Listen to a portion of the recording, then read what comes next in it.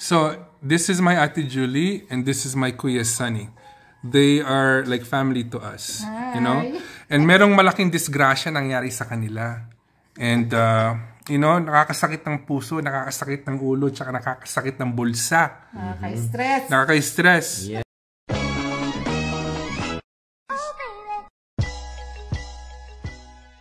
Who wants to start? Ate Julie, ano ba nangyari? Hindi ko alam eh. Tanong mo siya. Kuya Sunny, ano nangyari? Ilan ba yun? April 15. Oh.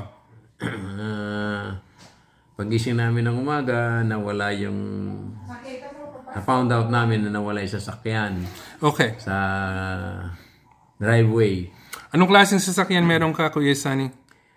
Toyota Tundra Hybrid. So guys, alam niyo yung Toyota Tundra? Yun yung monster truck, para siyang Tonka truck. Napakalaki, napakaganda. And I think it's close to like $90,000.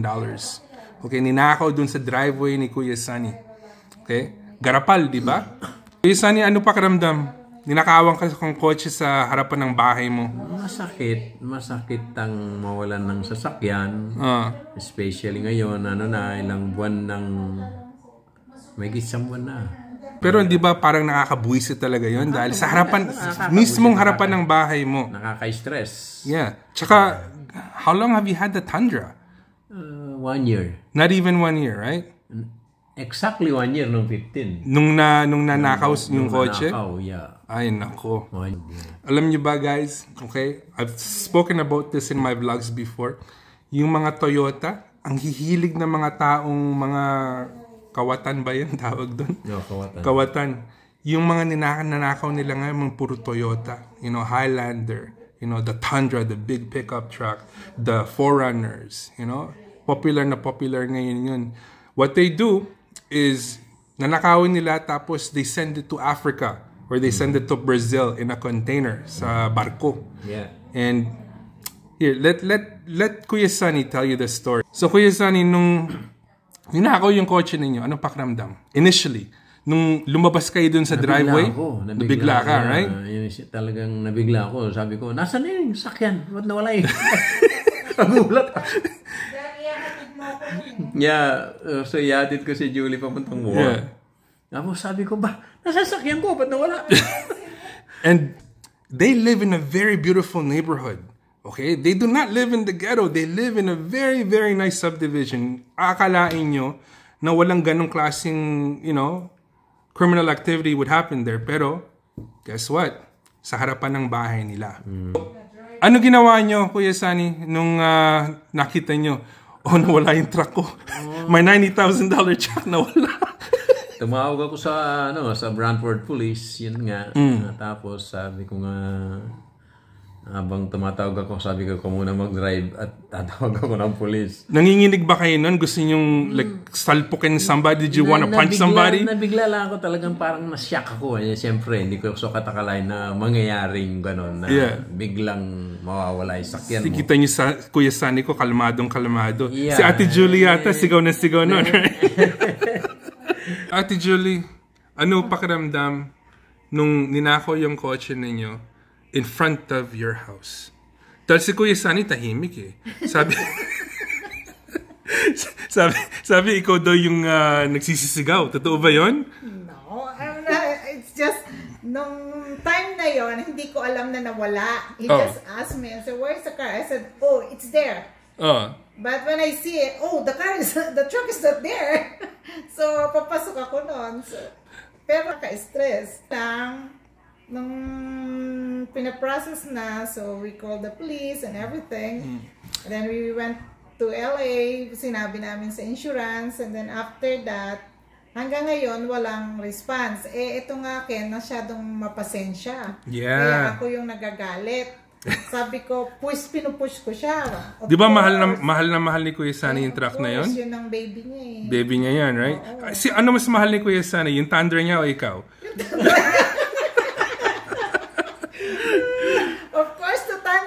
Kasi retirement truck niya yan. So, dahil hiningihan niya sa akin, sabi niya, I need, basta payagan mo lang ako, yun na lang yung truck ko, o hindi na magbabago. So sabi ni Kuya Sunny, he had it for exactly a year bago nanakaw, right?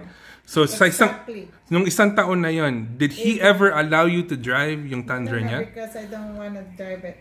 Sigurado ka? Oo. Or talagang ayaw lang ipa-drive sa'yo? Hindi ko alam. Hindi ko kaya drive yun. Masyado malaki. But that's a nice truck.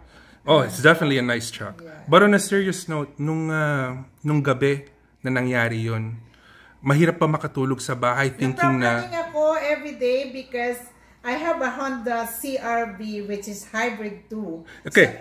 CR-V is the #1 stolen truck in Canada. Yeah, so every night before I sleep, I have to look in the garage, check in the garage. And in the morning, I have to check because I'm not working. I'm on vacation this time. Pero hindi ba kayo na paranoid nun dahil, sa bahay ninyo, right? Baka mamaya bumalik, kunin yung CR-V mo. That's why I was always, I'm always looking. I was always checking, So that's why we want to put those light. Yeah. What do you call that light? So gaano katagal, Ate Julie, bago ka nakatulog na mahimbing ulit? Late 1 month. 1 month?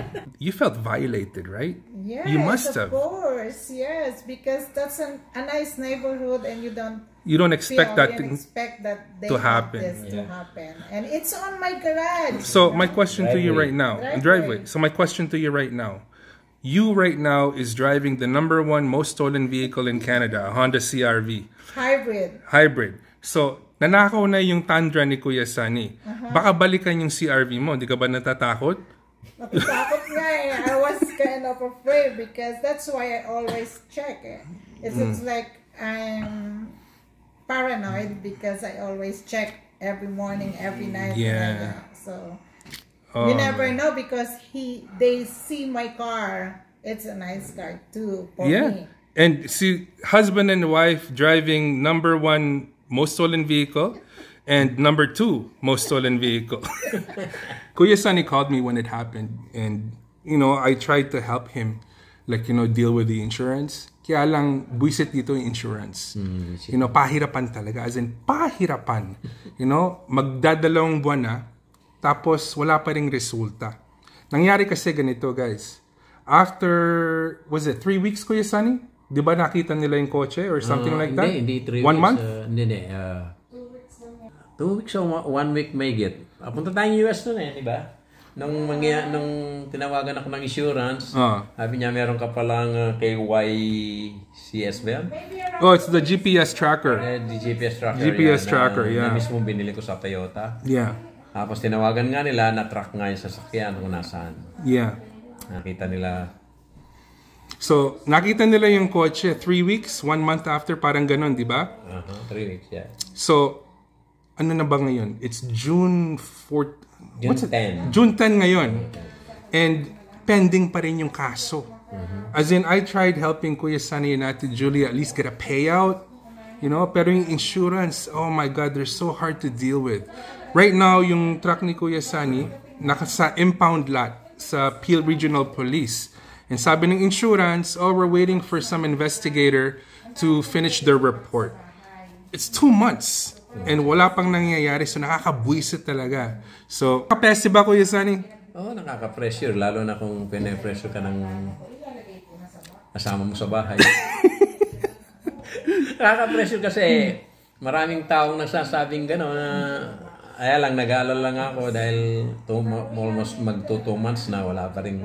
Plus, they didn't even offer you a loaner vehicle, di ba? They did. Oh, they did? Ang problema, sabi ko nga, hindi mo na ako kukuha ng loaner, car, kasi may sasakyan pa ako. Pero sabi nila, ikakas out na lang nila. Yeah. Yan ang sabi sa akin. Pero hanggang ngayon, wala sila minibigay kahit ano. Guys, problema dito, karamihan ng beses pag ninakaw ang kotse mo, it's probably best na hindi na makita yung coaching yan.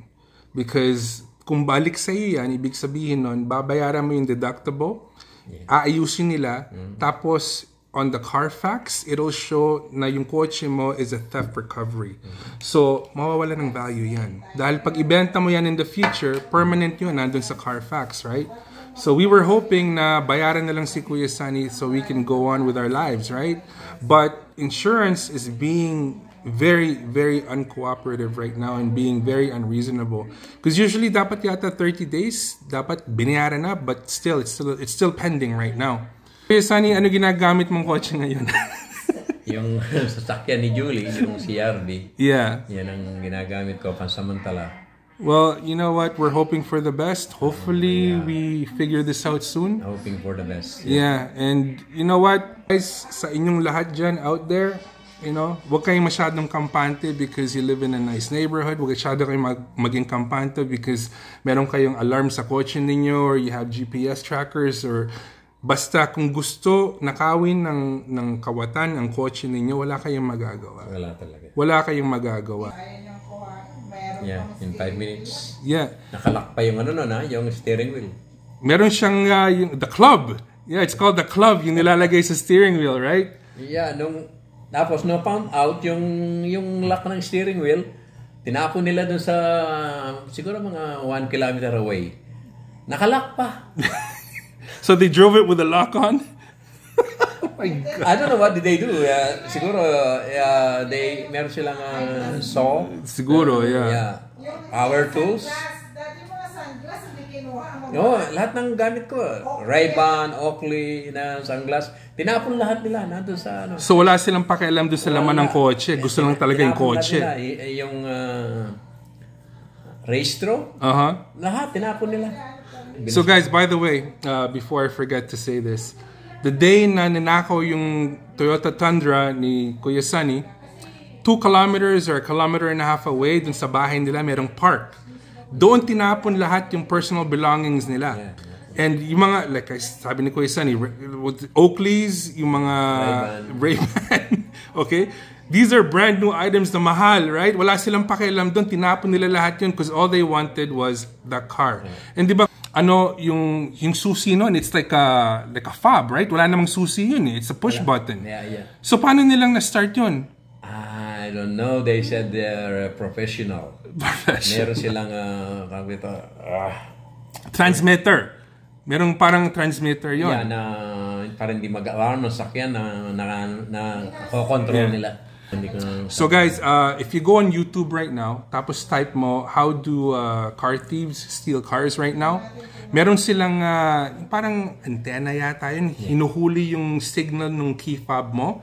And once they're able to copy that, makukuha nila yung code and they can go inside the car, start it like normal and go off, right? Ganun nangyari kila Kuya Sunny. Di ba yung neighbor mo, Kuya Sunny, nakakuha din ng footage? Yeah, nakakuha.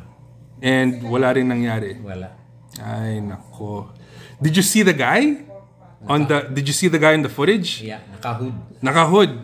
Kamukha ko ba? Maybe. Nakahood siya. And then, pag ganun siya kung lumapit sa sakyan, kitang-kita mo siya. Nakailang hindi makikilala, nakahood. Ilan ba sila? Dalawa sila, right? May dalawa rin silang truck. May dala ding truck. Oh my God. Dalawa sila. Yeah, para nakakatakot yun talaga dahil sa harapan pa ng bahay mo. Paano kung nakapasok sila? Dahil ngayon sinasabi ng mga polis, kung gustong nakawin yung kotse mo, ibigay mo na lang yung susi basta lang di pumasok sa bahay, di ba? Wow. See guys, Kuya Sunny, okay? He's a very happy person. He's a very nice person. You know, isipin nyo, nanakawa na siya, nabastos na yung kotse niya, sa harapan ng bahay niya, pero he still smiles. You know, he's a very positive guy. That's why I love him. Him and Ate Julie, you know. These are the kind of people that we hang around with. Na disgrasya na, but they stay positive. And that's how we should be because wala na tayong magagawa dyan eh. We just look for solutions now, right? Sunny, 60 days na, di ba? So I helped them write a letter to the insurance company today. Hopefully na masettle na to or at least they can expedite. Yeah. Ano ba sabi ng police? Ano ba sabi ng insurance company ngayon? Sabi nga ano ba status nung case mo ngayon? Sabi, yun lang ang huling email niya sa akin. Still in the Peel Police under investigation. So yung kotse ngayon nandun sa impound lot ng Peel Regional Police. Sa akin. Tapos sabi ng insurance, yung daw adjuster or yung police na kailangan gumawa ng report is taking his time. Nakabakasyon yata. Under investigation. Alagay ko, nakabakasyon nga. Nagpunta ng Florida, nagpainit. Oh my God. So guys, yeah, this is a serious matter. You know, dinadaan na lang namin sa tawa. Because, you know, it's very depressing. It really is. Isipin nyo, $90,000 truck, you know, gone. Just like that. That's his retirement truck. Yeah, that was my Kuya Sunny's retirement gift to himself. He retired this year. Only for some dumb thief to steal it and kill the laughter and kill the joy and kill the love. My question to both of you guys. How do you guys stay positive? How do you guys stay happy? Na, you know, even after nagka-desgrasya ng ganito kalaki, you know, how are you guys able to stay and maintain happiness in your life? We just ask God for everyday living namin. You know, when the car was stolen, yes, on April 15, after a week, my brother passed away. It's really... It doesn't compare. Yeah. Napakahirap tanggapin, but sabi nga, there is God who will help you always. That's true. So, we always just give it to Him. That's good. They will... if I just, you know, cry or think of it, I might get stressed, I might get, lalong bibilis ang buhay mo yun. Namin. Yeah. Meron naman, nandiyan naman si Lord eh. Hindi natin alam kung anong plano niya. Yeah. Bakit nangyari yun? Yeah. That's right. So guys, I hope matutunan kayo ng leksyon, from my Ate Julie and my Kuya Sunny, na kahit na ano kalaki problema, stay away from stress. Stay positive. Yeah. Dahil God has a plan, and this is probably, a test na hindi nyo alam that might open up doors for bigger and better things later on. And they said, trials, blessing will come. Maybe it's a big one, but wonderful. God knows, See, that's why we love you too.